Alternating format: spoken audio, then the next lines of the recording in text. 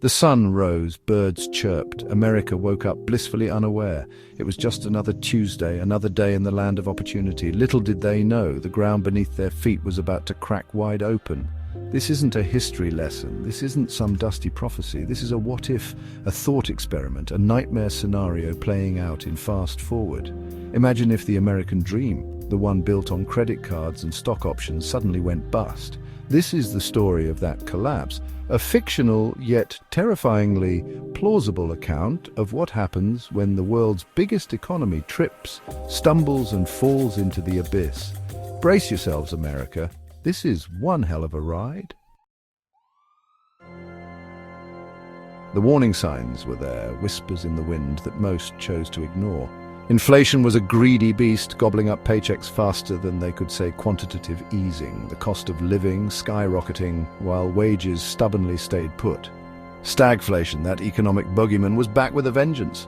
Growth non-existent, unemployment through the roof. It was a toxic cocktail, and America was taking a big gulp. Then came the whispers from Wall Street, growing louder, more frantic. A major corporation, once a titan of industry, filed for bankruptcy.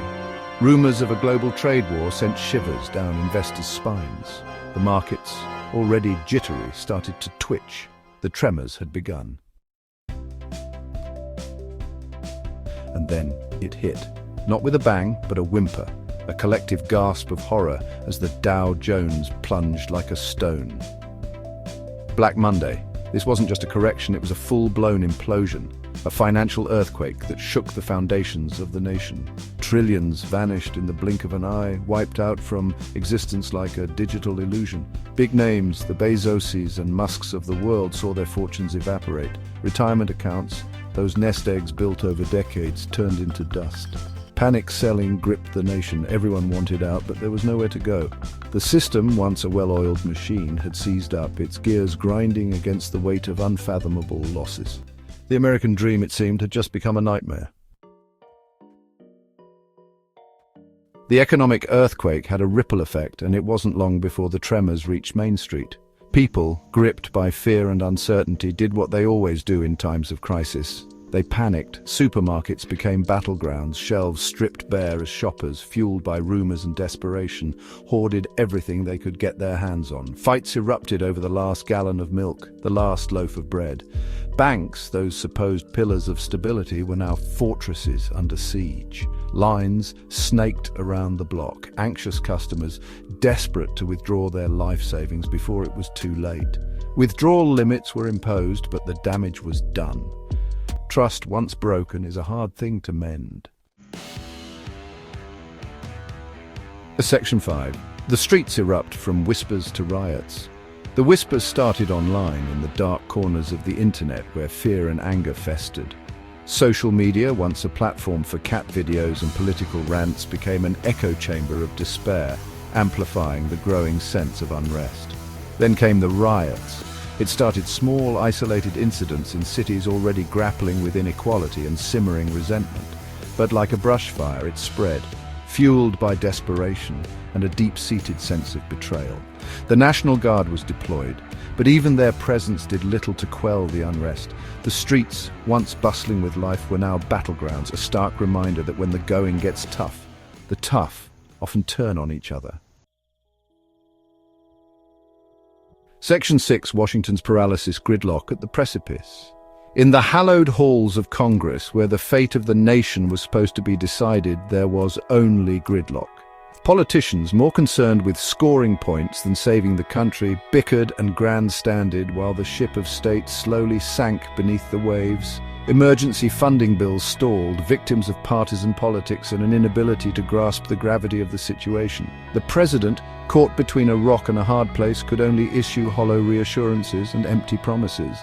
The debt ceiling loomed, a ticking time bomb that threatened to plunge the nation into further chaos. But still they debated, argued, and delayed. Rome was burning, and the fiddling had begun. Section 7. A world watching international shockwaves. The world watched in horror as the American colossus stumbled and fell. China, once America's biggest creditor, watched with a mixture of concern and cold calculation. Their moment had arrived, and they weren't about to let it pass. Assets were seized, debts called in, The dollar, once the world's reserve currency, plummeted in value, further deepening the crisis.